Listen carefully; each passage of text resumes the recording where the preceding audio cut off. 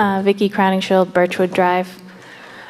So if you really want to restore civility to town hall meetings, you really should start by leading by example.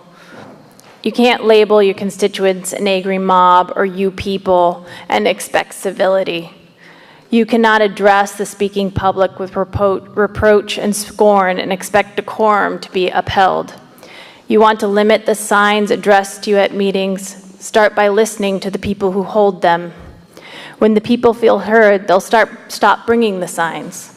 When the people feel respected and that the will of the people is being represented, they will accept your judgment and stop speaking against you. People do not respect solely because they ought to. You cannot ordain respect. Respect is reciprocal. You get what you give. And right now, you're giving the residents of this town a lot of reasons to be angry, to doubt your intentions, and therefore not trust your decisions. Because we don't feel heard. We don't feel like you respect the will of the people. We don't trust that your actions aren't born of a self-serving end. This is why we come here to speak at the podium week after week. This is why we feel the need to vent on social media and to hold up signs and to snicker at your attempts to force obedience. You get what you give. Jessie and Patrick aren't the ones, as I hear you often claim, who incite us.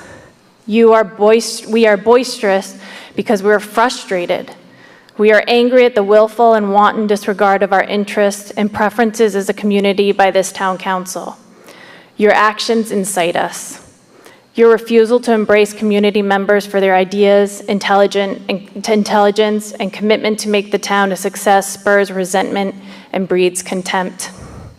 If you are truly hoping for civil and courteous town council meetings, you have the power to create this without enacting a feckless ordinance that will only live on paper. You have the power to change the discourse in this town. Respect begets respect. Those who are treated fairly and respectfully will want to reciprocate and treat the council with the same. We cannot wait for some magical decree to bring civility back to town.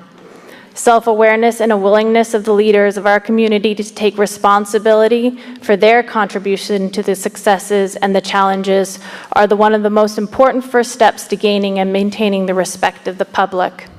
We look to you to set the standards of decorum, not on paper, but in action.